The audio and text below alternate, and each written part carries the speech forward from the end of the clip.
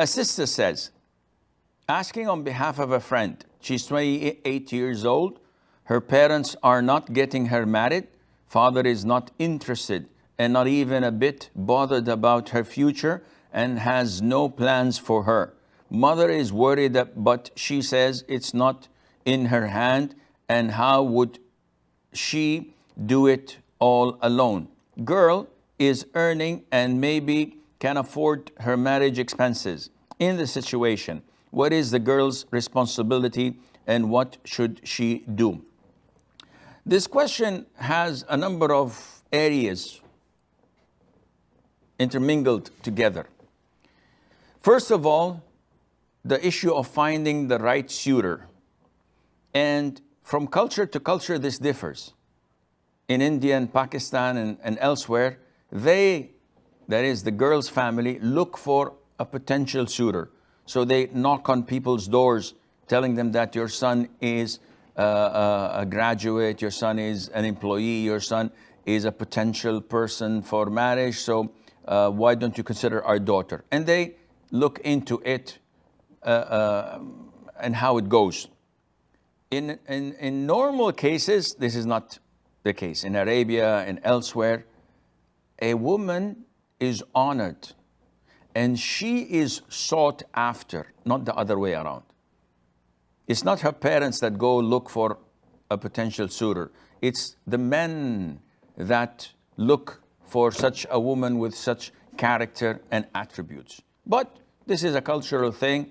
If we call people not to go and look, maybe half of the women or more would not get married. So this is issue number one.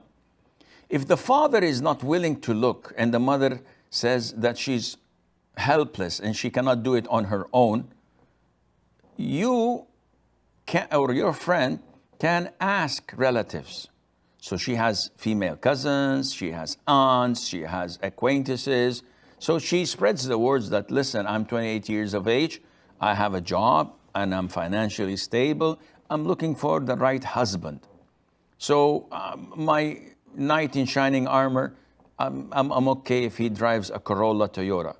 No problem. It doesn't have to be a white horse. I'm okay if his income is below mid class. I'm okay if he's not that handsome, but he has to be at least practicing, praying in masjid, etc. And they look around and then, inshallah, things would escalate and develop. There is nothing wrong in also registering your name without putting your photo or your direct number. Try to put your mahram's number, if you have one, your brother, your uncle, even your father, so that people would look into your profile and see. So post this in Islamic matrimonial sites. There was this site that, mashallah, I know the people working on it, which is called My Better Half. I think it's called My Better Half. It's not My Bitter Half. This is after marriage. But before marriage, it's your better half. And I think they have matchmaking services worldwide. So you might look into that. And this is first portion. Second portion is if the guy comes, but you don't have, your father claims not to have the finance to marry you off. In this case, as long as you have saved some money, you can utilize this for your marriage, bearing in mind that Islamic marriages are supposed to be financially provided for totally by the groom.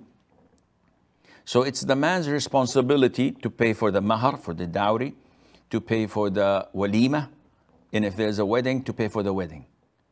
Now, the scale depends on his financing. So if he comes and says, okay, the walima, I'm gonna slaughter a ram or two and invite 10, 15, 20 people max. This is his right. If he says, I don't want to make a wedding in a hotel room or in a hotel hall or somewhere fancy, this is his right.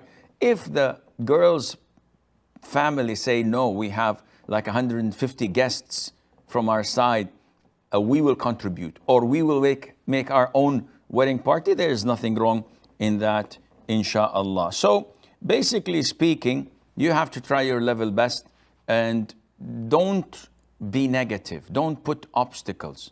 Whenever there's a will, with the grace of Allah, there'll always be a way. So trust Allah, make a lot of dua, consult those around you, and inshallah, you will find a way out.